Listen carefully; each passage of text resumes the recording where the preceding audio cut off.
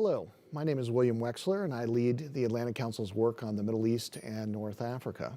And welcome to this event for those here in person and for those watching on screen. This should be a very interesting discussion about an issue that has always been critically important, but is particularly timely at the moment, which is the ongoing protests and crackdowns that we have seen right now on all of our TV screens every day leading the news in Iran. But frankly, it's also been going on for quite some time in Iran, and it hasn't been getting that kind of news and attention that we've seen in the wake of the absolutely tragic and senseless killing of Mahsa Amini. And the subsequent protests, which to date have killed, and the reaction to those protests, which to date have killed at least 50 people, and probably the true number is much higher. You know, when we first started planning this event, the objective was to call attention to a dynamic that was happening inside Iran that wasn't getting as much attention. And now, of course, the world is watching, as they say. And it's reminding us that the Iranian regime that threatens a number of its neighbors in the region, threatens the rest of the world with the potential for its nuclear program. The first people that it threatens and the first victims are, of course, the people in Iran itself, who have lived under a situation where their human rights have been threatened in so many different ways for now well over 40 years. So to talk about these issues, we have a wonderful panel of experts here that is going to be ably moderated by Holly Dagris in our program here at the Atlantic Council. But I'll let her introduce all of the panelists a little bit later. What I want to do is introduce our keynote speaker to kick off our discussion, Jen Cavito from the State Department. We're very, very happy to have her with us here today. She is the Deputy Assistant Secretary of State for Iraq, Iran, and Public Diplomacy in the Bureau of Near East Affairs. She has a tremendous career really dedicated on this region of the world at the State Department. She has been Minister Counselor for Political Affairs in London. She was U.S. Consul General in Munich. She was the Chief of Political Section in Jerusalem. She's been the Senior Policy Advisor to the J5 and AFRICOM. That kind of breadth of experience and depth of knowledge in the region is something that our Foreign Service produces so regularly that we take it for granted. But we don't take it for granted here at the Atlantic Council, and we're very honored to have Secretary Cavito here with us. So, Madam Secretary, let me introduce you. Thank you. Thank you so much.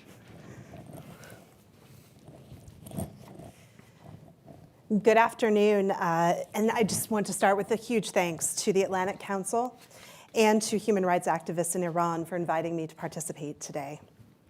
With these distinguished panelists, this promises to be a compelling discussion regarding Iranian human rights issues and recent developments that we've all been following so closely. The need for these types of discussions is sadly not new. The government of Iran has denied Iranians their human rights, including through severe restrictions on the rights to peaceful assembly, freedom of association, freedom of religion or belief, and freedom of expression. For decades, political dissent has been met with violent repression from the Iranian regime. We're seeing this violence again as the Iranian people have taken to the streets across the country to condemn the brutal and tragic death of 22-year-old Mahsa Amini. Iranian authorities are also intent on preventing the world from watching as they violently suppress these peaceful protesters. The Iranian state has blocked internet access in much of the country and has also blocked Instagram and WhatsApp nationwide. Tragically, Amini's death, resulting from her detention by the Iranian morality police for allegedly wearing a hijab improperly, is just one especially horrifying example of the Iranian government's recent trend on cracking down on women exercising their fundamental freedoms. Her death is an affront to human rights and to the dignity of the women whom the regime's morality police claim to protect. But unfortunately, she is not alone. This summer, we noted an increase in reports of arrests of women defying the new chastity and hijab laws. I applaud these brave women, each one of them potentially risking a fate like Mahsa Amini's, to fight for their freedom to exercise their fundamental rights. The protests that we are seeing throughout Iran, in spite of the government's retaliation and attempts to obfuscate reality, show very clearly that the Iranian people and the Islamic Republic of Iran do not see eye to eye. The United States strongly supports the human rights of all Iranian women, including their right to peacefully assemble and to express themselves without fear of violence. Last week, President Biden underscored our commitment to the brave women of Iran as they demonstrated to secure their human rights.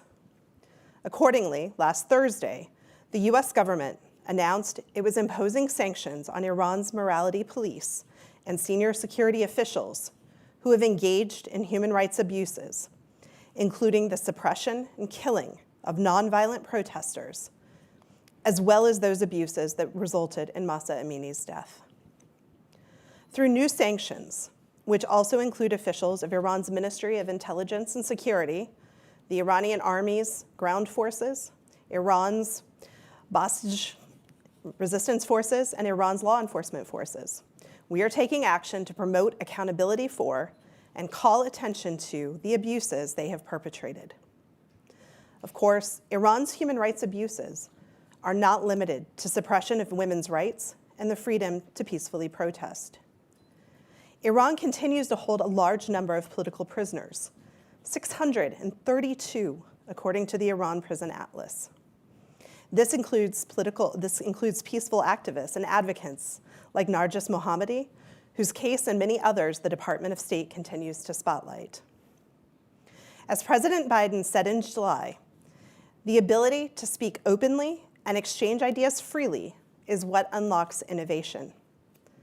Accountable institutions that are free from corruption, that act transparently, and respect the rule of law are the best way to deliver growth, respond to people's needs, and ensure justice.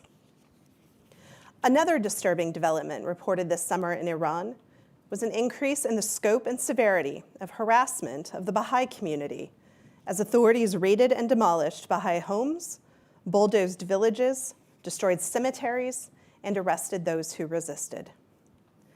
This surge of repression piles further hardship on a community that has long suffered from persecution at the hands of the Iranian regime. Being denied access to higher education, the ability to freely conduct business, and the freedom to worship openly as they choose. Of course, the Baha'i community is not alone among the religious minorities in its persecution by the Iranian government. Christian converts, Sunni Muslims, Sufi adherents, and Yarsanis have all been targeted for their beliefs. And anti-Semitism remains alive and well among the leadership of Iran. Just this month, President Raisi continued the regime's long history of repugnant Holocaust denial in an interview. The United States will continue to call out the Iranian regime's abuses as long as the regime continues to speak and act in ways which inhibit the exercise of religious freedom.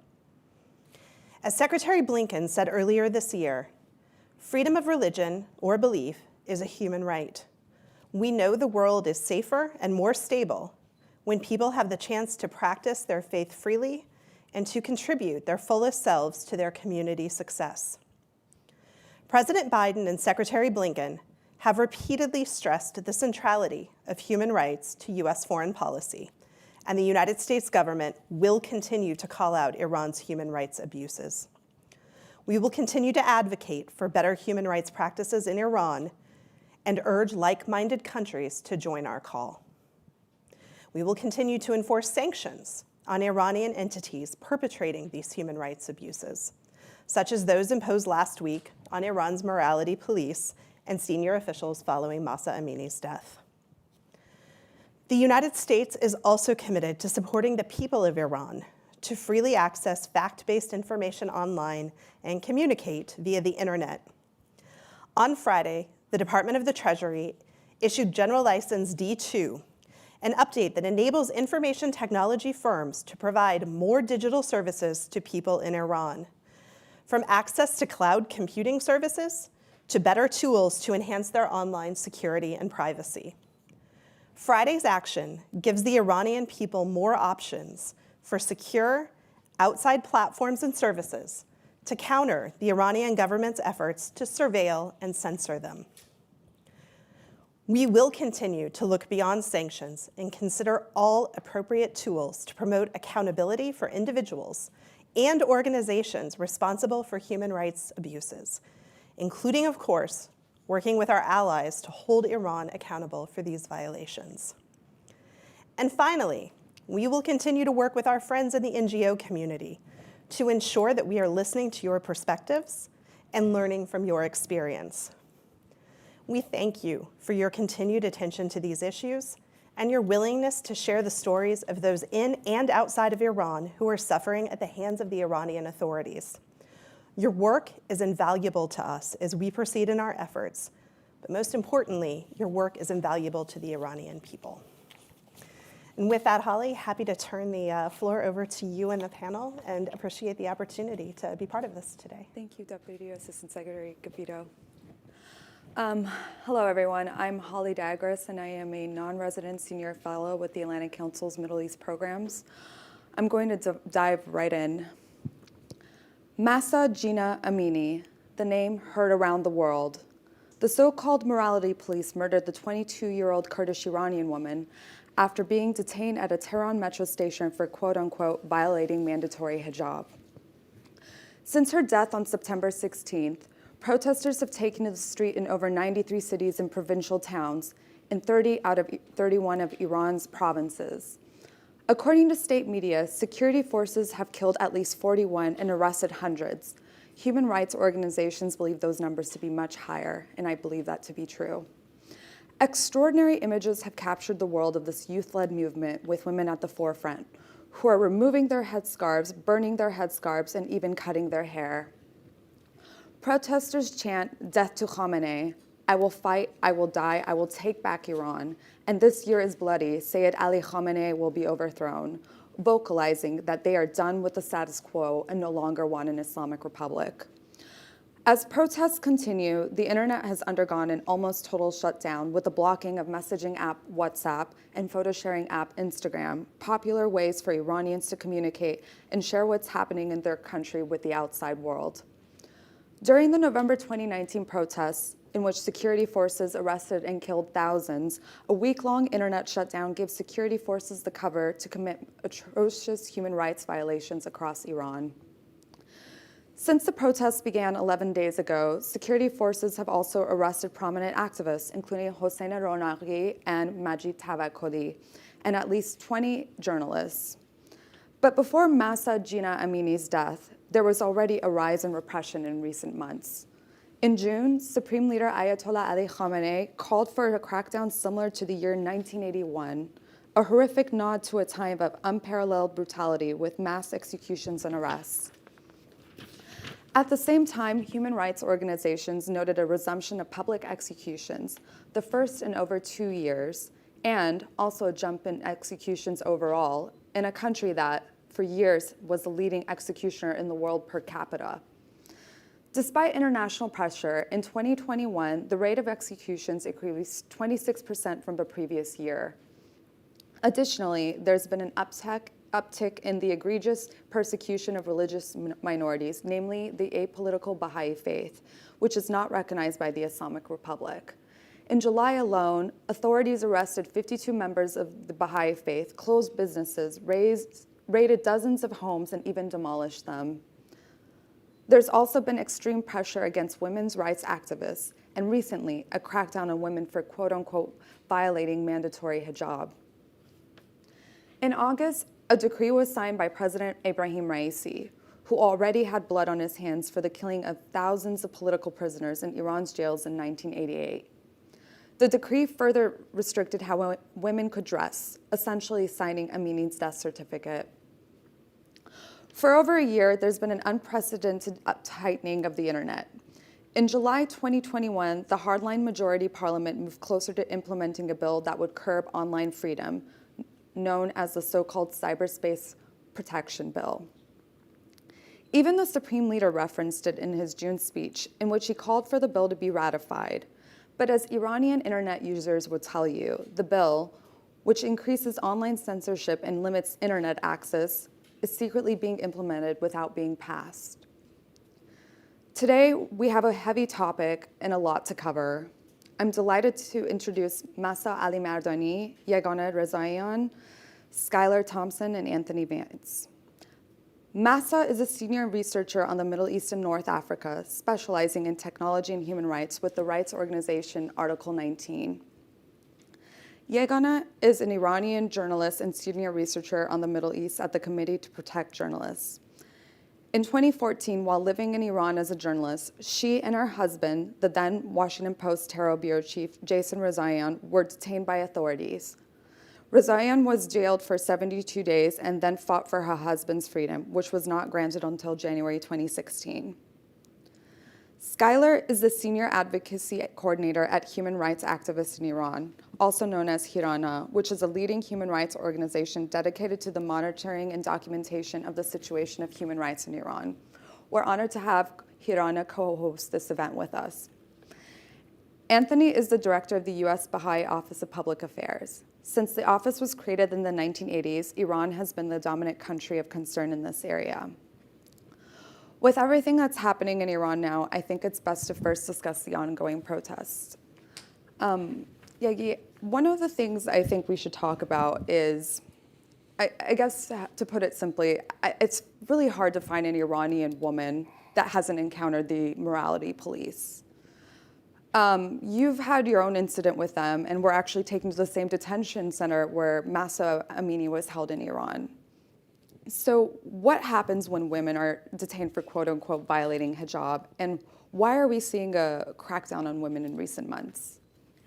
Thank you, Holly, and the Atlantic Council for having us today, and to my co-panelists. Talking about experience, as you said, growing up in Iran, it's impossible to know someone a young woman who has not been arrested because of allegedly wearing her hijab improperly. And again, talking about experience, I was arrested multiple times by this morality police, especially during the Ahmadinejad years, since he stepped up the morality police power and gave them more severe orders and power to just do whatever they want, and there was no one to be able to question their power. I was taken actually multiple times to the same police station, or the morality police station called Vozara, where Mahsa Amini ended up, and unfortunately was treated brutally and faced death and that horrible fate. This is not a center that, as members of the regime claim, is designed to give you some educational lessons and make you sign a piece of paper that you swear you are gonna, from now on, always stick to your hijab and then let you go.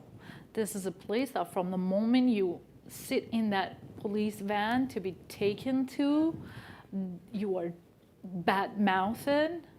You are treated either verbally or physically very violently. And when they take you there, everyone knows the name Vozara. It's a brutal place, and there is no one who can oversee whatever that happens there. So the morality police has the highest power over anyone who is that center. So I assume those videos released showing lots of cut and paste in those videos showing allegedly that person is Mahsa, if she is, walking through those halls. They never released the videos behind the scenes, so we don't know what has happened to her. And why did the Islamic Republic stepped up their brutal measures about young women? These are young women who were born after the revolution. These are much stronger and braver than people of my generation. I remember in 2009, when we were in the street, we would chant our slogans, we would say whatever we want, but if we saw security forces coming, most of us would leave. This is the next generation. They are fed up with whatever that has happened to the country for the past 45 years, but they are also hungry for being connected to the rest of the world, to be heard, to have their most basic rights, just because they were born in the system that is called the Islamic Republic and is trying to force them the so-called Islamic laws doesn't mean that they adhere to it or they believe in it. Behind closed doors, these younger generations make their own decisions and do not necessarily believe in whatever government is trying to dictate or brainwash them with.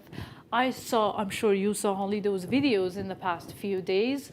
Not only they stand and confront the security forces, but they're ready to fight and defend. I'm not saying fight in the sense that the protesters are violent. They are not. I have watched videos of them being very, very peaceful. But if they are treated with violence, they are ready to stand and confront that violence and defend themselves. And I think this is very telling. The fact that women are ahead in the streets is also very telling, that people in Iran are the ones who are suffering from everything. The economic pressure, people are suffering. The members of the regime never suffer from economic pressures. People are facing internet shutdowns. People are the subject of that. So Iranian people are subject of all kinds of regime's corruption, regime suppression, but the younger generation says enough is enough. We need to do something for our own future. Yes, indeed. I 100% agree with everything you're saying. Thank you. Skylar, I want to turn to you. Thanks to the vast network of volunteers you work with on the ground, your organization has played a key role in tracking the protests, arrests, and deaths on the ground. Now that we're in day 11 of the protests, please tell us what you know. And before we do that, actually, we have a map, a heat map that I'd also like to draw attention to as well. But I'll let you start. Yeah, thanks, Holly, and thank you to my fellow panelists as well. So yeah, before we see the map, I think it's important just to note just how widespread these protests have become. Once it's up, I'll be able to demonstrate a bit more, but in the form of numbers, seeing our protests that are spanning 93 cities at least. They're in 30 of 31 provinces. They're in 18 universities. This is really remarkable. And as you can see on this map, these heated spots, these are places where people are returning to the streets day after day. And it's, I'll just point out that this map is of yesterday, of around noon, so we're not even seeing this as of right now.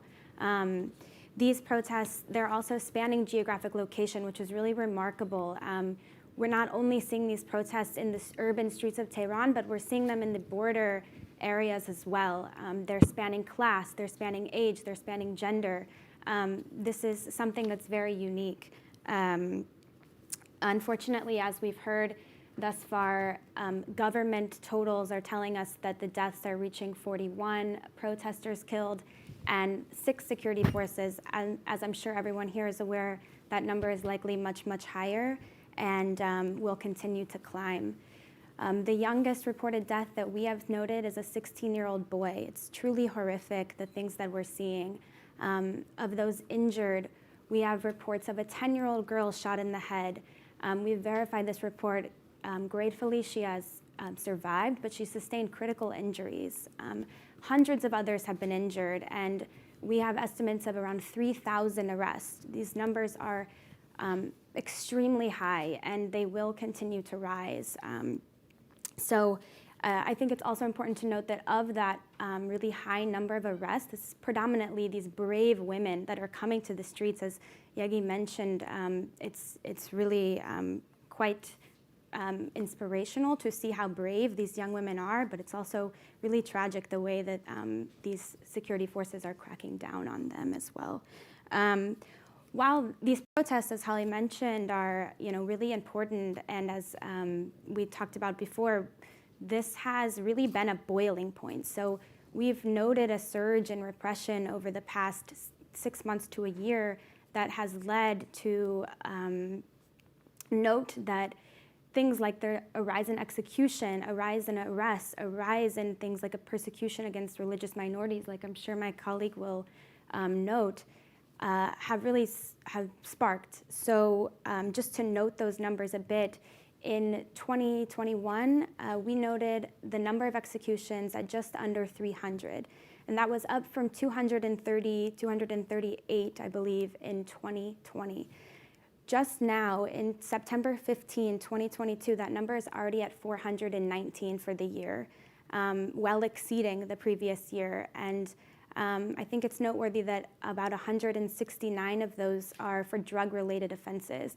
And this is despite this 2017 drug reform law. We've seen a return of these eye-for-eye punishments. So that's amputating the hand for things like theft, 3 of them in the past 6 months. A return of sentencing of blinding. We've seen a return of public executions, as Holly mentioned. 4 child offenders executed in the past year. All of these things have really led to this point where Iranians are demanding change. We hear it in the streets on these chants that Holly mentioned, and they are entitled to it.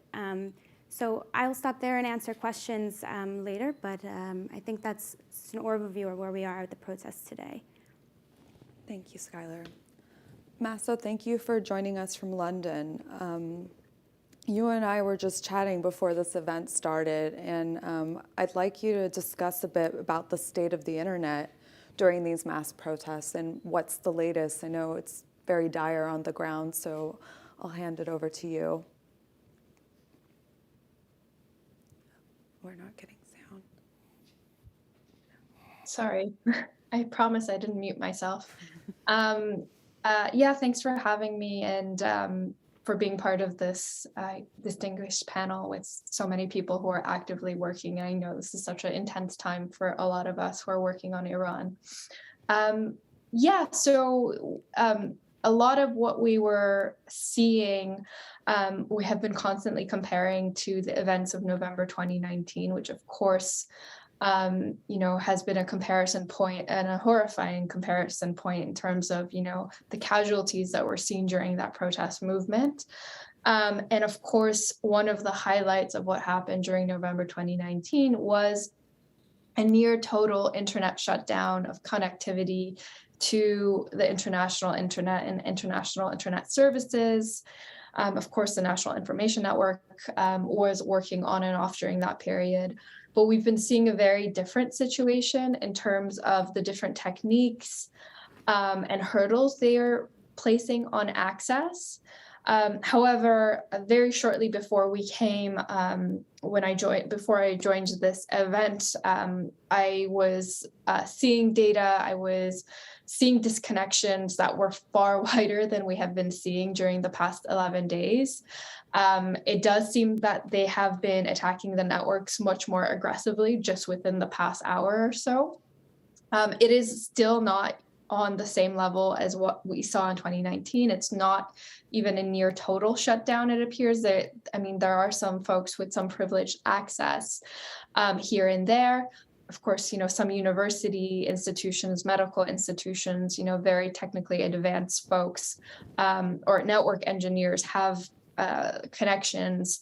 But I've been talking to different protest networks who have connections on the ground to various cities, and they've been telling me they've been really disconnected from most of their sources across Iran within the past 2 hours.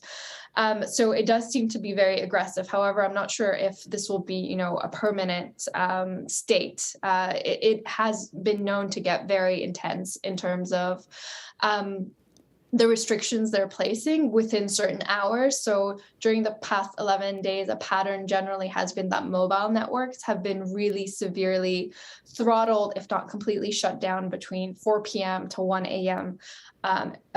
Time within Iran. And this seems to be a time when protests really start to surge and people come out onto the streets. So it seems to be a little bit more strategic. and you might ask, and I know I've had this conversation with Holly, why aren't they doing, what they did in 2019? And there might be many different reasons. One of them being they don't want to impact the economy as much as they did back in 2019. However, they have been enabling new techniques and different ways to kind of tamper with the networks, especially as they've been trying to implement different parts of the user protection bill. There has been a lot of new methods of throttling and restricting access on the network. Obviously, they have now blocked Instagram and WhatsApp, and they have been attacking VPNs. And they, in a move that has been, I think, very impactful, in terms of their censorship strategy, they blocked Google Play Store. And of course, this is really important because most Iranians are accessing the internet through their mobile phones. The average Iranian might not have a laptop or a desktop, but they all have smartphones. And the majority of smartphones are Android phones. And so the Google Play Store was really a essential platform for downloading secure VPNs. Now there's going to be additional hurdles, if we come out of this period of very aggressive restrictions that we're experiencing within the past few hours. Ordinarily, you have to go, find an expert, a tech expert, to put a VPN on your jailbroken phone, for example.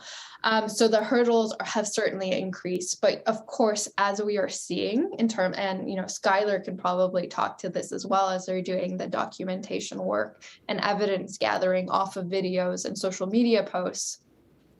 There is still a very steady stream of content coming from the streets of Iran that's getting verified. And so, we have really important protest networks that are doing this work of, collecting the videos and posting them. The videos might go viral, but those videos at the same time are being used by professional media or outlets like BBC Persian, by Amnesty International. Skylar can say if Harana is using this as well, but it's being verified and used for evidence gathering. So the internet has been playing a very major role despite the restrictions.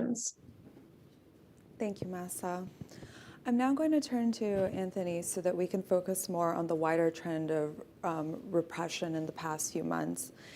Anthony, I was hoping you could add some color to some of the remarks that I and Cavito made about the situation of the members of the Baha'i faith, but also explain to people that aren't familiar why the Islamic Republic is persecuting members of the community. Sure. Well, thank you very much, Holly, and it's a pleasure to be here with the other panelists today. I think one can view the situation of the Baha'is in Iran as kind of a microcosm of all of the things that can happen to any identifiable group within Iran. And by that, I mean there are various forms of persecution that occur against the Baha'i community, ranging all the way from childhood, where there's harassment in elementary school, to university, where Baha'i youth are excluded from the university system, to adult, or sometimes still while they're youths, associating together any kind of meeting or assemblage which involves the study of Baha'i writings or any kind of devotional meeting that is an expression of religious belief. And so the reason for the persecution of the Baha'is is that Baha'is believe in a messenger of God, or two messengers of God actually, after the Prophet Muhammad. And the traditional interpretation within most branches of Islam is that there can be no prophet of God after the Prophet of Muhammad. But in the 19th century, there were not only the founders of the Baha'i faith who made that assertion, two individuals in succession, but also a significant minority of Muslim clergy, so that there were tens of thousands of Iranians in the mid-19th century who adopted the Baha'i religion. And that resulted in somewhere between 10 and 20,000 of them being killed by the government or by mobs instigated by the clergy. So Now, in addition to that, Baha'is have certain beliefs that are a bit different from those of Islam or most traditional Islamic beliefs. For example, we believe that men and women should have equal rights and opportunities. We believe that extremes of economic inequality need to be eliminated. We believe in the independent investigation of truth, that each individual should be charged to investigating the truth on his or her own. We do not have a clergy as a result of that. No one is there to interpret the Baha'i writings for you or to investigate truth on your behalf. You can be assisted, of course, but there's no one who is in charge of telling you what to believe or how to interpret things. So, I mean, those are some very basic beliefs. There are many others that are different. So it's both a religion arising after Islam and certain beliefs that are very different from those that are currently held by the majority of clergy in Iran. Now, as to the type of persecution that has occurred, after the 1979 revolution, there were over 200 Baha'is who were executed. Most of them were members of elected Baha'i administrative institutions. Since that time, the Iranian government has systematized its persecution. That systemization is outlined in a 1991 memorandum signed by the Supreme Leader, in which he indicated that Baha'is should be excluded from university, that their economic progress should be blocked, that their social development should be blocked, and that their ability to have any kind of influence in society should be strictly limited. And so all of the policies of the government since that time have towards the Baha'is have reflected that 1991 memorandum. Now, recently, beginning in June, there's been a surge of persecution, and you outlined some of it. And rather than go through all of the details of that, I could say that simply since the beginning of June, there have been over 170 incidents of either arrests, arraignments, judicial sentencings, or raids on homes, confiscations of property. That has all occurred since the beginning of June up until a few days ago. In addition, there have been 123 Baha'i youth who have been notified that they will be excluded, despite qualifying for university. They will be excluded from university attendance at university. So this is a policy that remains very much in place. Now, we, of course, were very concerned about the implications of certain things that have occurred over the last several months, or actually over the last 2 years, that are quite systemic in nature. There were 2 appellate judicial decisions that legitimized the seizure of Baha'i property. There has been the passage of amendments to Articles 499 and 500 of the Criminal Code, which in effect make it a crime to support any unrecognized religious minority in Iran in any way. This is much more serious than the prior legislation that was in existence. There's been an increase in hate propaganda. During a 6-month period that ended in April of 2021, there was an average of 950 postings per month on social media or on the internet. This was a 36% increase over the same period in the prior year. And when you compare it to 2010 and 2011, where the number of postings was only about 22 per month, I mean, that's bad enough to have one a day. But when you see the trend upward to 950 per month, that's really preparation to try to legitimize in the eyes of the population an increase in persecution against the Baha'i community. And of course, since the last elections, there is a perception on the part of most people that all of the instruments of government, all of the organs of government are now very much solidly under the control of people who are much more, for lack of a better word, hardline in their view towards anything that deviates at all from the standard message of the regime. So we're very concerned about those developments and in fact have begun to look at atrocity prevention within the UN framework of atrocity prevention and some of the indicators that could be very much in play with respect to the situation of the Baha'i community.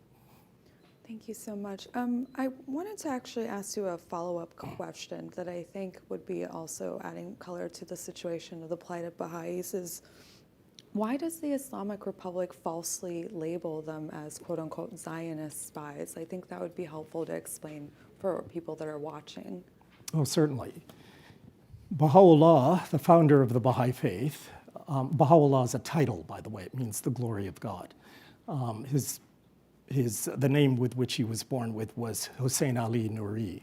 And he was exiled from Iran in 1853 to first to Baghdad and then to other parts of the Ottoman Empire, the last of which was at that time a prison city in what at that time was Palestine of the Ottoman Empire, to the prison city of Akka. He arrived there in 1868, and since his arrival there, the Baha'i World Center, beginning very modestly with his prison cell, has been located in what is today Israel, and of course was established roughly 40 years before the establishment of the State of Israel. But the fact that the Baha'i community that the Baha'i World Center has existed there and has been permitted by the authorities, first the British and then the Israelis, to function, has been used as an excuse by the Iranian government to label the Baha'is as spies of Israel. That would be similar to labeling anyone who went to the Al-Aqsa Mosque in Jerusalem as being a spy of Israel, because that's under Israeli control. But it's a convenient excuse of the Iranian government. Thank you so much for your explanation. I had the honor of visiting Haifa and going up there, so thank you. Mm-hmm. Yagi, I'm going to turn back to you. As part of your work at CPJ, you actually follow the plight of journalists in Iran. And of course, as I've said in remarks, we've had at least 20 that have been arrested so far. I was hoping you could maybe explain what has the situation been like for journalists in the past year in Iran. Sure. I want to start by opening a small correction parenthesis and say the number of journalists arrested during the past few days during the protest since the unfortunate death of Mahsa Amini is now 23rd. And right before coming to this event, we documented 24th arrest, but we were not able to update the website yet. And it's very telling to say that from those 23 journalists that we have documented so far, more than half of them are women. And only the 3 arrests today were all women. So all of this is very telling. And this trend is not very new in the sense that Iran is always and regularly one of the most censored countries in the world. It often lands on CPJ's most censored and most jailer of the journalists. So in 2021, we documented 11 journalists behind bars, and unfortunately this year, as you can see, it's going beyond control. But the regime has always tried to silence any critical voice, and journalists happen to be the first victim because they have the podium and they have the voice, and the society listens to them, and not just the inside community, but also the international community has always been very eager to listen to Iranian journalists. That's one of the fault of the regime itself, because as they censor more, people are eager more and more.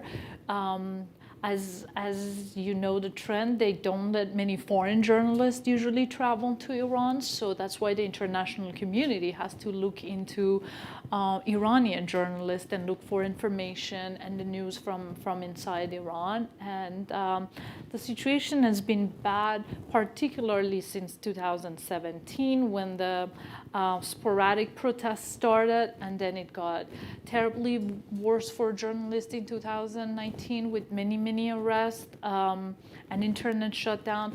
The truth is that the numbers we are publishing at the Committee to Protect Journalists are not the correct tally of the journalists behind bars, because as all of us referred to so far, including Mahsa and Yohali, in a situation that the country is completely shut down and Iran is a black hole, that getting any information from inside the country is almost impossible. We really don't know how many journalists have been arrested. Many of the arrests, interestingly, did not happen this time around only in Tehran. They happened in Kurdish provinces. They happened in Kerman province. They also happened in the northern cities of Iran. In 2019, if you remember, when the internet was seriously near total shutdown, Mohammad Mosaed, who is here today with us, an Iranian journalist, was very outspoken at the time and was reporting for Sharq Daily, used all kinds of proxies. According to his own tweet, I think he said 43 something proxies to be able to just send one quick tweet and let the world know that the regime has succeeded in a sense that they have silenced all critical voices. They are controlling. I think this time around, their efforts are not being successful in a sense that we all have seen those videos. They cannot hide the reality on the ground by shutting down internet or jailing journalists anymore. That's the truth. But arrest, detaining them in horrible situation, violent situation, multiples of these cases that we have documented in the past couple of days at CPJ, the arrests were very violent. They always somehow follow this pattern of security forces raiding journalists' home after midnight, scaring the neighbors, scaring all bystanders. Families, they have young children, take them to undisclosed locations for many days before their families can locate them, that they are, for example, in Qarchak prison or they are in Evin prison. Days go by and they sit in solitary confinement without any trial, without any due process, without being able to access any lawyer, as I'm sure Mohammed can attest to all of this because he went through a similar fate and was eventually sentenced to 4.5 years in prison before being able to leave the country by foot. So none of these trends are new, but it's mind-blowing, to be honest, that unfortunately the international community is watching, but there's not enough reaction. We at CPJ every day renew our demand and call on Iran's regime, Islamic Republic, to free all of these journalists immediately and unconditionally, and because it's been proven that all of these arrests are arbitrary arrests and there is no fact behind these arrests. They are free of any wrongdoing, any crime. They haven't done anything wrong. These journalists are just doing their truthful mission of reporting the truth on the ground so the world can see what this regime is doing to people. Just today, 2 of the female journalists that were arrested in the city of Sirjan. Just think about it. How many times in the world people have heard about the word Sirjan? Probably none, and two very young female journalists where they're covering their hometown protests, and they were brutally arrested, taken into custody, and it took over a week for their families to be able to locate them and confirm that, yes, they are sitting in Sirjan Central Prison. This is a very heavy event. Thank you, Yegi. I'm going to turn to you, Massa, again. Cavito mentioned in her remarks the U.S. Treasury Department issuing a general license D2 to increase support for internet freedom, something we've been pushing for, you and I and many others, for years, me more recently. So I'd like you to explain how this general license will help the Iranian question. And I think the million-dollar question for many of us is, what role does Starlink play in this? And I'm sorry to put that question to you, but it's going to be asked no matter what. I'm glad Elon is here to, lighten our moods a little bit. I guess I'll start with Starlink. So Starlink being available in Iran used to have a long list of hurdles. And I guess at the top of that list were sanctions. And so with the passing of GLD2 by the US Treasury, it's a really great move. Obviously, it's a belated move. This should have happened in 2013 when the original general license was given for personal communication. So it's definitely late, but of course, better late than never. But, harm has been done, I think, in that period that it should have been, passed sooner. And I can delve into that. But approaching Starlink, there are a lot of hurdles, and there has been a lot of disinformation. There has even been malware related to Starlink. So, this like viral hope that Iranians have that Starlink is going to come and save the day has actually resulted in some harmful things. So, there was a malware link being passed around to say that this would be one of the connections for Iranians. There has been false photos that if you do a Google reverse search on that claims like, here's a Starlink device in Iran, and if you do a search on it, you see that photo is actually from 2-3 years ago. So there's been a lot of disinformation. I'm sure, Holly, you know this better than me. You're one of the experts on these areas as well. I have yet to see an example of Starlink working in Iran. And I really, what I fear, and of course, I hope Starlink can work. It would be great. There are hurdles, one being how do you get the devices in? Second being if connections are detected, what kind of brutal repression is going to ensue when the authorities can detect the satellite connections? Another is the technology for laser beaming Starlink technology actually fully functional with Starlink? And of course, previously in all other locations Starlink has worked, they have had licenses and cooperation with the states. Iran is the first state they want to work in where they don't have cooperation with them. So they had ground infrastructure to enable those connections. About a year ago, they announced that they had this new laser beam technology that meant that they didn't need ground connections. However, it hasn't been clarified transparently if that technology is fully enabled right now in 2022 where we are. And I really hope to see evidence that Starlink is working and is being useful. But until then, I think Starlink is a distraction from the very real and useful things that we could be doing for other technologies. Are we spending enough time on getting the right VPNs to Iranians, ones that are actually useful to work on mobile phones? There's a lot of VPNs being offered that just work on desktops and laptops that haven't been, fully functionalized to the realities of internet use in Iran. Are we paying attention to how, the platforms that are being used by Iranians like Instagram and Twitter are working within this context to, enable the best kind of access, enable, proxy servers or light versions of their application. So I feel like there's a whole bunch of other things we could be doing in the technology field that might be getting a little bit distracted by Starlink without actually knowing if it's working or not.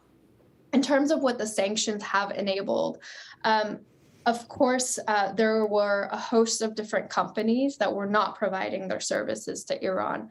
Google was the biggest perpetrator if we look at the different services that weren't allowed. So Google cloud computing services were not allowed to be used in Iran. And Google Cloud and AWS are the biggest companies in terms of internet infrastructure, in terms of helping developers host their servers, host their websites. And the fact that we had technologists, we had startups and companies not be able to use these services meant that they had to turn to national alternatives. And so during this period when there were sanctions on these services, we saw a lot of local alternatives thrive and grow. And these local alternatives, one company that has been really well known is Abra Arvan. And these companies were actively cooperating and helping authorities build infrastructure for nationalization that has been very detrimental, obviously, to, the possibility of internet shutdowns working. Because whenever internet shutdowns obviously occur, if there are non-familiar folks, the National Information Network is supposed to be the default network that works and enables the country to function. So considerable amount of damage has been done already, but that doesn't mean that this isn't good news. And the way forward, obviously, is working with the companies to ensure that they are complying with this license and ensuring that the services are working. There is still a hurdle in place to things like Google Cloud Services or using AWS and these other services, which is, of course, these are paid services. So the folks that can actually use these will be, very privileged types of users or technologists who have connections to outside Iran that can use financial services or foreign credit cards. So I think really the onus is not only to make sure that these companies are providing their services undeterred now, but are taking extra steps.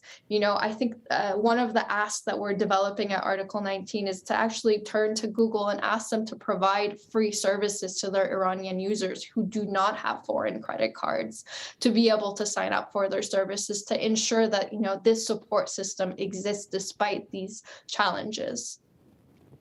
Thank you so much for your explanation, Masa. Skylar, as we noted last week, the U.S. government took steps to designate some of those responsible for human rights abuses. This is a question I'm asking you, but I'm also going to put to the rest as well. For you, I asked, what other tools can you recommend to ensure these perpetrators are held accountable? And then for the rest of you, I'll go one by one and ask for policy recommendations. But Skylar, I start with you. Thanks, Holly. I guess I get the brunt of the how do we fix the issue. I think, not to skip over the sanctions, because the targeted sanctions that the U.S. imposed are really important. They're proven tools, they're strong tools, and they're separate from the broad sectoral sanctions that cause the collective punishment.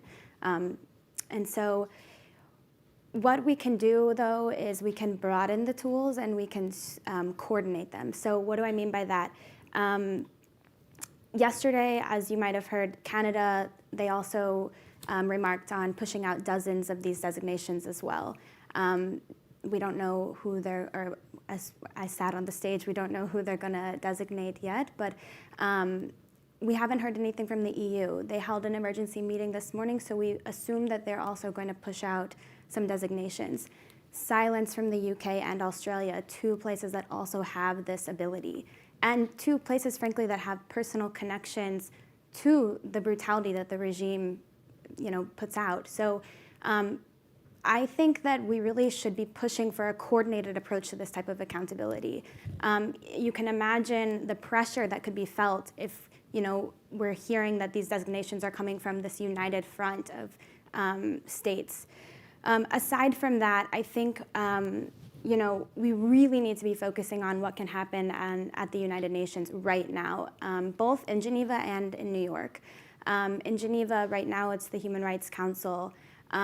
Yesterday at the general debate, we heard from 17 all Western states. They all very vaguely called on Iran to conduct independent and partial investigations, very hollow calls. You can't have an independent and partial investigation in a country that doesn't have an independent and impartial judiciary.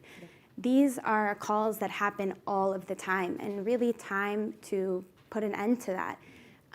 At the Human Rights Council, these same states can call for a UN-led mechanism to conduct independent and impartial investigations, not only about what's happening now, but about other things happening in Iran. And I really think that this is the opportunity to do that. In New York, right now, Canada is the penholder for the Iran resolution in the Third Committee at the General Assembly. There is no reason that language on accountability, concrete steps towards accountability, not these hollow calls, should be in this resolution. And I also think that there's space to include language on the brutality that we're seeing right now in that resolution as well. Thank you. Before I continue, I just wanted to say if you have questions, please enter them in the iPad that are around the room. Thank you. Anthony, I know you mentioned UN framework earlier. I was hoping you could maybe elaborate on that and other opportunities that could be to Sure. As I'm sure most people in the audience probably know, that there are 3 UN special rapporteurs that are relevant to the situation in Iran. The special rapporteur on the situation of human rights in Iran, the special rapporteur on freedom of religion and belief, and also the special rapporteur on minority issues. And there's probably either a rapporteur or another type of figure within the UN system that would be relevant for other aspects of the situation in Iran. So certainly a much more vigorous push in that area to try to influence positively the developments that occur over the coming years would be very much welcomed. But in addition, I think that it's very important for leaders to speak out. They do, but they don't do it with the kind of frequency and volume that would be needed to address a situation like this. And it's not done in as coordinated a fashion as one would hope. Certainly, there is oftentimes a sense that the Iranian government pays no attention to what occurs outside of Iran. But the Baha'i community is certainly convinced that the reason why the Iranian government stopped executing 20 to 30 Baha'is per year, they were doing that from roughly 1980 till 1986. The reason why they stopped doing that was because of international pressure and the fact that that it was becoming a source of shame, of international embarrassment. And we certainly know that today, in particular, the average citizen in Iran, we're quite certain from surveys that have taken place over the last several years from different organizations, do not have the hostility towards either the Baha'is or other groups within Iran that the government would like to think that they have. Thank you. Yegi, over to you.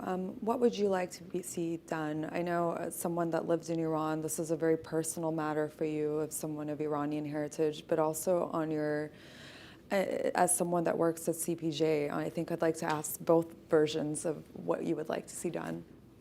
Right. As someone who works at CPJ, I think the freedom of information and the freedom of expression is obviously the most important topic that we care about. People access to information inside the country and their access to let's say, social media to be able to be heard outside the country is my first and foremost concern, and my colleagues. So, and I think personally, in order to be able to help people right now on the ground, is to help them to be heard and seen, because the government's main intention by shutting down all doors on people is to be able to suffocate them as much as possible. And if it is not for those brave Iranians who are right now carrying the torch of citizen journalism, we know that traditional journalists are probably either scared off, or, let's be honest, in a country that all media is state-run media, of course a journalist right now cannot write an article about whatever that is happening in the street tomorrow morning in Sharq News Daily or in IRB, in Islamic Republic's TV or radio. Therefore, I think it's very important. I'm not a policy maker, but my asks to U.S. government and the international community is, as Mahsa said, to make sure that at least technical grounds are available for Iranians to be able to communicate to the outside world. Otherwise, we will never know the correct number of Iranians who have been killed, arrested, thrown in jail, or abused in any other way. So if it is Google, if it is Facebook, if it is Twitter, if it is any other technical or IT company that is able and willing to provide free access to Iranians. I talk to friends that say they do not have any credit card, for example, to be able to sign up. As a result of the new law, the new internet ban bill that they passed in Iran's parliament a few months ago, we saw a surge among Iranians just reporting on social media that they cannot log in back to their account if they're, however, logged out of their account on WhatsApp, because they were not able to receive the messaging code on their Iranian phone numbers. So these are, I would like to think, are small steps that IT companies are able to, or big companies are able to facilitate for Iranian users on the ground. However, as I said, I'm not a policymaker. I don't know if some of these hurdles are removed, if the regime is able to take advantage of it or not. So that's my ask. I just want my people to be heard, to be seen, because they deserve to be heard and they deserve to be seen despite everything they are going through. Thank you. Massa, I know you mentioned some asks earlier, but I just wanted to give you the space to add any further recommendations. I absolutely agree with everything Yagana said. I don't know if I have more to add to that, because she's really hit home on the importance of communication, awareness. I mean, the importance of social media right now, for protesters themselves to be seen, to see each other is incredibly powerful. And, I hope this momentum is kept up. And I really hope that this moment is actually going to have an impact on these tech companies to actually prioritize just very even simple asks, like what Yegi was saying in terms of WhatsApp and two-factor authorization. That's a bit more complicated, and we should definitely lobby and spend time. But even more simple things like Twitter should just create a hash flag for the Mahsa Amini hashtag that, I think it's achieved a historical moment on Twitter. Last I checked, there was over 90 million tweets on Mahsa Amini in Persian, and just these simple things that companies can be doing to help folks be seen is, I think, incredibly important. But also, the more complicated technical aspects need to be paying attention, and they should be working with experts and civil society to take advantage of this moment and momentum and really center these vulnerable users who are in need. Thank you, Massa. I'm going to go to questions from the audience now. This one's for you, Skylar. I think you're the best person to answer this. There are many talks about workers in industry strikes in Iran. How widespread and serious are these strikes? Thanks, Holly. So yes, this is definitely something that we've been tracking, especially in the past 6 months to a year. I think most notably what I can speak to are the teachers' unions strikes as well, or not strikes, excuse me, but even these peaceful protests. I think, coming back to the discussion we're having today about the protests and the suppression of protests and the widespread arrests we're seeing, in the past 6 months, we've noted the arrest of 150 teachers' unions, peaceful protesting. These members, I think this is, indicative of a policy of suppressing protests. There's no space for people to be heard. There's no space for peaceful assembly, and this is really indicative of that. Of course, it's wider than the teachers' unions. We see labor unions, and that comes directly back to the economic problems that we see across the country. But yeah, it's certainly a trend, and it's certainly widespread across the country. Thank you so much. Massa, I have a question for you. I mean, of course, it's on your favorite subject, Starlink.